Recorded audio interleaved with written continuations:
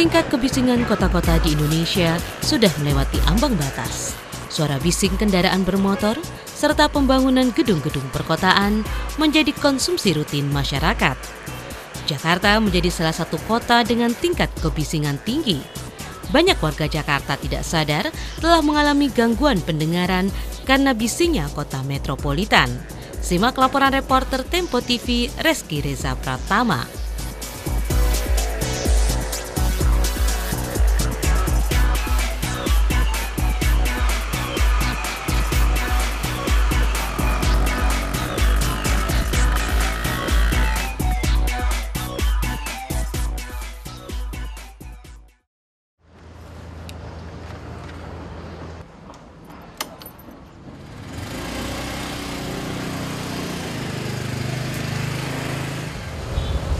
Jalan raya sudah menjadi teman akrab untuk Rio setiap hari. 5 jam aktivitas rutinnya ia habiskan di jalanan. Desing knalpot, klakson, serta berbagai macam suara sudah menjadi konsumsi rutin Rio setiap harinya. Itu udah melampaui batas ya, karena seperti kita tahu sendiri jumlah kendaraan di Jakarta tuh kan peningkatnya gila-gilaan. Jumlah motor aja faktanya itu bisa ada 4.000 pertambahan 4.000 motor seharinya gitu. Dan ditambah juga jumlah mobil yang sekarang gila-gilaan gitu.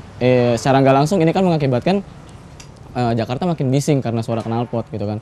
Ditambah dengan suara-suara pembangunan kayak gini yang banyak suara-suara pembangunan segala macam, apartemen dan hotel dan segala macam. Secara tidak sadar, dampak dari suara bising yang secara rutin masuk ke telinganya membuat Rio mengalami penurunan daya dengar. Buat gue dampak yang paling nyata adalah ketika gue mengalami, mungkin kebanyakan orang juga mengalami, tapi gue mengalami sedikit penurunan daya dengar ya. Kayak misalkan jadi kalau bisa dibilang agak budak dikit jadi gitu ya. Jadi maksud gue akibat dari kebisingan tadi, setiap kali gue lewati jalan-jalan dan bisingannya melampaui batas, akhirnya sekarang gue agak mengalami sedikit penurunan pendengaran. Kurangnya informasi tentang polusi suara membuat masyarakat tidak sadar bahaya dari kebisingan.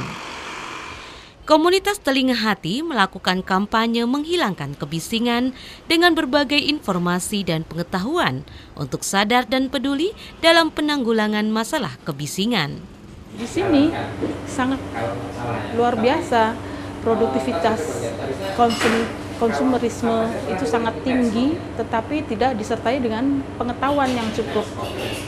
Jadi tugasnya kami, Telinga Hati, itu adalah menyebarkan info-info yang ini loh, yang benarnya seperti ini gitu. Nah, yang ini akan merugikan kamu, karena ini tidak terlihat. Persoalan telinga tidak terlihat. Kebisingan di kota-kota besar di Indonesia dirata-ratakan mencapai 80 desibel, di atas ambang batas yang diperkenankan sebesar 70 desibel, sesuai keputusan Menteri Lingkungan Hidup nomor 48 tahun 1996. Ruang-ruang publik sekitar kita bisa menjadi sumber kebisingan. Jalan raya dengan kendaraan bermotornya menjadi porsi besar penyumbang kebisingan. Karena ternyata kebisingan itu bisa dilihat dari jalan raya, bahkan sampai di mal-mal, di tempat main anak aja itu sampai 100 desibel. Satu mobil bajai saja tuh bisa sampai 90 desibel. Bayangkan ada berapa banyak mobil yang beredar di Jakarta di sepanjang hari. Nah, itu bisa diperkirakan bagaimana itu mempengaruhi pendengaran kita dan juga secara psikis ya.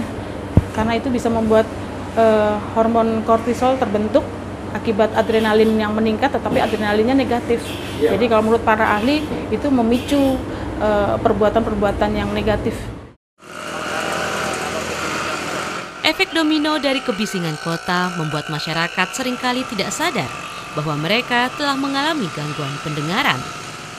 Selain menurunnya daya dengar hingga menyebabkan ketulian, kebisingan juga dapat mengganggu kesehatan dari segi fisik, psikis, dan lingkungan.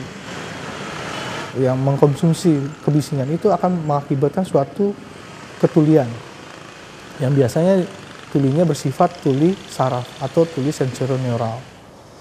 Yang awalnya adalah biasanya terjadi diawali dengan adanya bunyi di telinga.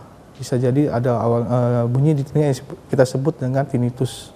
Nah, kemudian adanya penurunan pendengaran pada frekuensi tertentu yang biasanya terjadi pada frekuensi tinggi.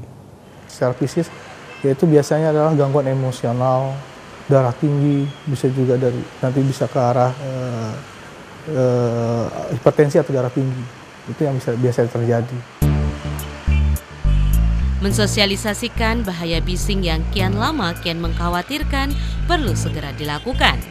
Berbagi informasi cara penanggulangan dampak kebisingan menjadi solusi agar masyarakat tidak dihantui kerusakan permanen pada indera pendengarannya pada usia-usia produktif. Sebaiknya yaitu menghindari atau menggunakan alat pelindung telinga, ya, alat pelindung telinga, ya. Yang terutama sih sebaiknya sih ya kita menghindari bunyi-bunyian yang atau sumber bising yang bisa mengganggu pendengaran kita, ya. Dan apabila kita melewati tempat itu atau kita berada di tempat itu, sebaiknya kita jangan terlalu lama.